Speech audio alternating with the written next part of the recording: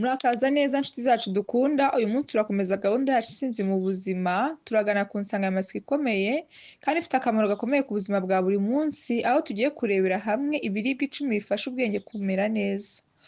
Ubwonko ni kimwe mu bice by'ingenzi mu mubiri w'umuntu. Ntabwo ari igice gusa, ahubwo ni imbaraga zacu nyinshi, ari bwo butwara amarangamutima yacu, ubwenge bwacu, ubushobozi bwo kwibuka, guhitamo no gufata ibyemezo. Umuntu wese wifuza kugira ubuzima bwiza, kugira imbaraga mu mikorere, gukomeza kwiga no kugira ubushobozi bwo guhanga udushya, agomba kwita ku bwonko bwe. Ubu bwonko bwacu bukenera intungamubiri z'ingenzi kugira ngo bukomeze kumera neza kandi bunakomere, kandi intungamubiri zimwe zibonekerwa mu byo dufata buri munsi cyangwa ibyo turya buri munsi. Muri iki kiganiro turavuga ku biribwa 10 by'ingenzi ushobora gufata ubwenge bwawe bugakomeza gukora neza, ndetse n'ubwonko bwawe bugakomeza kumera neza, kugira ngo ubuzima bwacu burusheho kuba bwiza. Hano twihuse ku mwanya wa mbere turasanga amafi ya omega 3. Amafi ya omega 3 ni kimwe mu biribwa by'ingenzi cyane ku bwonko. Omega 3 ni amavuta y'ingenzi afasha ubwenge gukura neza no gukomeza kumera neza. Bituma ibice by'ubwonko bihuza neza, bigatuma umuntu abasha kwibuka no gufata ibyemezo neza. Ayo mafi dushobora kuyafata ni aya ngaya akurikiye, harimo za saladine, salmon ndetse n'ayandi. Icyo afasha ubwonko rero, afasha ubwonko kongera ubushobozi bwo kwibuka, kurwanya ibibazo by'umutwe n'agahinda gakabije, kugabanya ibyago byo kugira indwara zifata ubwonko mu gihe cy'izabukuru. Uko wayategura cyangwa uko wayafata rero, ategurwa mu buryo butandukanye: gutekwa mu mavuta make, kuyashyira ku ziko, cyangwa mu biryo byoroheje birimo nk'imboga. Hano ku mwanya wa kabiri turasanga amagi. Amagi ni isoko y'intungamubiri nyinshi, cyane cyane harimo vitamine B12 na karori. Karori ni ingenzi mu gutuma ubwonko bukora neza, ikanafasha mu gukora neza memory cyangwa kwibuka no gukomeza imitekerereze. Icyo afasha ubwonko rero amagi: kongera ubushobozi bwo kwibuka, gufasha mu mitekerereze y'urusobe rw'amaraso, ndetse no gukora neza kw'amaraso y'ubwonko, kugabanya ibyago byo kugira ikibazo cyo kwibagirwa ugeze mu zabukuru. Uburyo wayateguramo: amagi ategurwa mu buryo butandukanye: gutogoswa, gutekwa ku ziko, cyangwa mu ifunguro ry'ibitoki n'imboga. Hano turasanga avoka. Imbuto ya avoka irimo amavuta meza, vitamine nyinshi zitandukanye n'inyongera ifasha ubwonko gukura neza. Hano icyo afasha ubwonko rero avoka ni ukugabanya kwibagirwa ku bwonko, kandi afasha gushyigikira imikorere y'imiyoborere y'amaraso ku bwonko, kandi agafasha kongera ubushobozi bwo gutekereza no gufata ibyemezo byiza. Uburyo wayifatamo: ishobora gutekwa, ushobora kuyifata mu biribwa, kuyirya muri salade cyangwa mu masupu. Hano turasanga imboga z'icyatsi kibisi. Imboga z'icyatsi kibisi ni nziza cyane, zifasha ubwenge gukura neza no kugabanya ibyago by'indwara z'ubwonko. Icyo imboga zifasha ubwonko rero ni ukurinda ibice by'ubwonko gusaza vuba, gufasha mu mikorere y'ubwonko no kwibuka neza, kugabanya ibyago byo kugira indwara zimwe na zimwe. Uburyo waziteguramo rero: ushobora kuzirya mu masupu, muri salade, cyangwa mu bitogoswa gato kugira ngo zidatakaza intungamubiri zayo.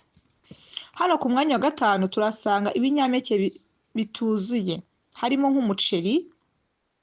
Ibi bitanga imbaraga ku mubiri, cyangwa bifasha umubiri kugira imbaraga, kandi bigafasha n'ubwonko bwacu by'umwihariko. Ibinyampeke bitanga glucose, ariyo soko y'ingenzi y'ingufu y'ubwonko. Icyo ibi binyampeke bifasha ubwonko ni ugutanga ingufu zihoraho ku bwonko, gukomeza ubushobozi bwo kwibuka no gutekereza neza, kurinda gucika intege mu mikorere cyangwa mu mitekerereze yawe. Uko bitegura ibi biribwa rero, bifite uburyo bwinshi bwo gutegurwamo, birimo gutekwa ku ziko, gushyirwa mu masupu, cyangwa mu ifunguro rya mu gitondo ryawe rya buri munsi. Hano turasanga imbuto zitandukanye wafata, harimo inkeri. Imbuto z'inkeri n'ibindi bifite antioxidant byinshi cyane, bifasha kurinda ubwonko kwangirika bitewe n'ingaruka z'imihindagurikire y'ibinyabuzima. icyo zifasha rero ubwonko kongera ubushobozi bwo kwibuka, kurinda ubwonko gusaza vuba, gufasha mu mikorere y'urusobe rw'amaraso n'ubwonko. Uko wazifata rero, ushobora kuzifata mu mazi, mu mashereka, gushyira muri smoothie cyangwa mu ifunguro ry'ibitoki. Hano rero turasanga amata n'ibiyakomokaho. Amata n'ibiyakomokaho nka yogurt, cheese birimo karori na poroteyine bifasha mu mikorere y'ubwonko n'umubiri muri rusange. Karori ifasha mu gutuma amaraso atembera neza kandi igafasha mu mikorere n'inyama z'ubwonko. Icyo rero bifasha ubwonko ni ukugabanya stress n'agahinda, gufasha mu mikorere myiza y'ubwonko, kongera ubushobozi bwo gutekereza no kwibuka. Uburyo wayafata rero, kurya amata nka yogurt cyangwa muri cheese buri munsi mu rugero rwiza bituma ubwonko bwawe bubasha gutekereza neza kandi bikarushaho kuba byiza mu buzima bwawe. Hano turasanga amavuta ya olive arimo afasha kurinda ubwonko gusaza vuba. Ni intungamubiri nziza cyane ku bwonko kandi afasha mu mikorere y'ubwonko. Icyo afasha ubwonko ni bufasha gukora mu mikorere y'amaraso n'ubwonko, kurinda kwibagirwa. Uburyo bwo kuyafata rero, ongeramo uyashyire mu masopu, muri salade cyangwa mu ifunguro rya buri munsi.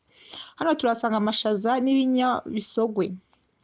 Amashaza n'ibinyabisogwe ni nk'ibishyimbo n'amasaka bifite intungamubiri nyinshi, harimo poroteyine na vitamine E.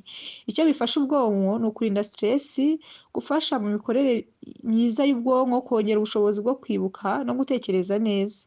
Uburyo wabifatamo rero ni ukurya amashaza yumutse cyangwa ibinyabisogwe mu ifunguro ryawe rya buri munsi. Hano turasanga icyayi cy'icyatsi cyangwa green tea. Iki cyayi cy'icyatsi rero gifite intungamubiri zifasha mu kuruhura ubwenge no kongera ubushobozi bwo kwibuka. Icyo bifasha ubwonko ni ukuruhura ubwenge no kugabanya stress, kongera ubushobozi bwo gutekereza neza, gufasha mu mikorere myiza y'amaraso ku bwonko. Uko wagifata, fata icyayi cy'icyatsi rimwe cyangwa kabiri ku munsi, unywe utashyizemo isukari nyinshi. Inama rero ni z'ingenzi mu gufasha ubwenge gukura neza. Kunywa amazi ahagije buri munsi. Ubwonko bukora neza iyo amazi ahagije mu mubiri wawe. Rero turasabwa gufata litiro 1 cyangwa 2 ku munsi kugira ngo ubwonko bubashe gukora neza ndetse n'umubiri muri rusange. Gukora imyitozo ngororamubiri, ibi bifasha amaraso gutembera neza mu bwonko. Kuruhuka bihagije ni ingenzi mu gufasha ubwonko gukora neza no kwibuka. Gusoma no kwiga bituma wibuka byinshi, bigakuza n'ubwonko. Nk'urugero, ushobora kuba usoma ibitabo bitandukanye cyangwa ibitabo bishya, ugasoma ibinyamakuru. Ibi bifasha ubwonko gukura buri munsi. Ibi bituma ubwonko bukomeza gukura umunsi ku wundi.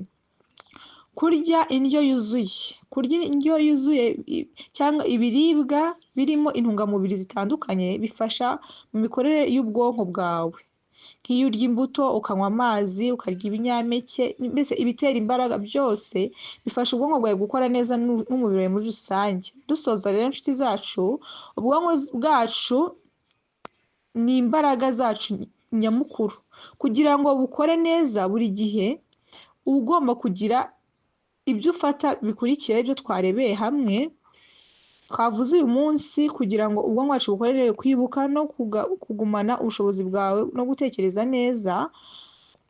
Ntukibagirwe ko intungamubiri z'ibiribwa dufata bifasha ubwonko bwacu gukora neza, kugira ngo tubashe no kugera ku ntsinzi mu buzima bwacu bwa buri munsi, kugera ku nzozi zacu no kugira ubuzima bwiza muri rusange. Rero gerageza gushyira amafi, amagi, avoka, imbuto, imboga z'icyatsi, ibinyampeke, amata n'amavuta ya olive, amashaza n'icyayi cy'icyatsi kibisi mu ifunguro ryawe rya buri munsi. Wibuke ko ubwonko bwawe ni umutungo ukomeye ufite. Kurinda no kugaburira ubwenge bwawe ni kimwe mu by'ingenzi bizagufasha kugira ubuzima bwiza no kugera ku ntsinzi mu buzima bwawe. Nshuti, niba ushaka gutsinda mu buzima, tangira uyu munsi guha ubwonko bwawe ibyiza buzatuma bukora neza. Iyo ubwonko bukora neza, intsinzi iba iri hafi. Mwakoze kubana nanjye muri kano kanya keza, reka tubishyire mu bikorwa kugira ngo bidufashe mu buzima. Mwirirweho.